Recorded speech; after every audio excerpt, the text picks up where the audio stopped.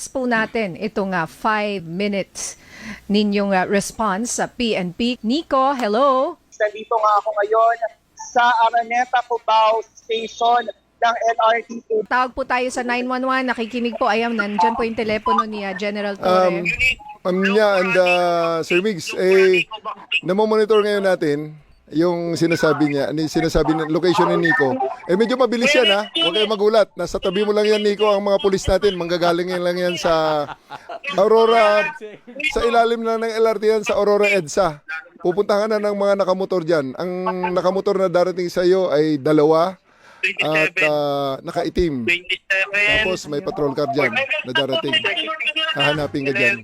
Antayin po natin. Pakitime ha, Nico, from now until yung pagdating ng ating kapulisan dyan. Mga 11:27 tumawag So, si General 11:32. Torre. 11:32. So, 11:32.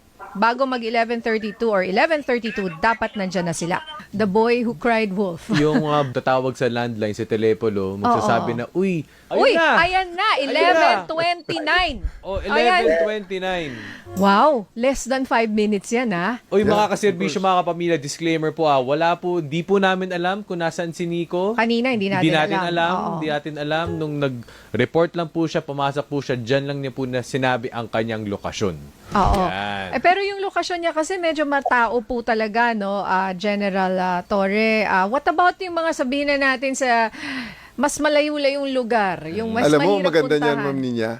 Phone-in caller na nandyan sa tabi ng kalsada or nasa restaurant ngayon. ngayon. Tumawag sila ngayon dito sa programa at sabihin nila sa atin kung nasaan ang location nila. Papupuntahin natin ang pulis. Makikita nila. Di ba? Baka Yes. pwede pang matest. Pero 1 minute 47 seconds nag-respond po ang ating kapulisan dito po sa tawag na 911 kung nasan po ang ating kasamahang si Nico Bagsik. Ilan yung pulis na nandyan, Nico, sa likod mo? Ngayon, Ninya, nandito na nga yung responding mga kawani ng PNP. At 3 sila na nandito ngayon sa aking likuran.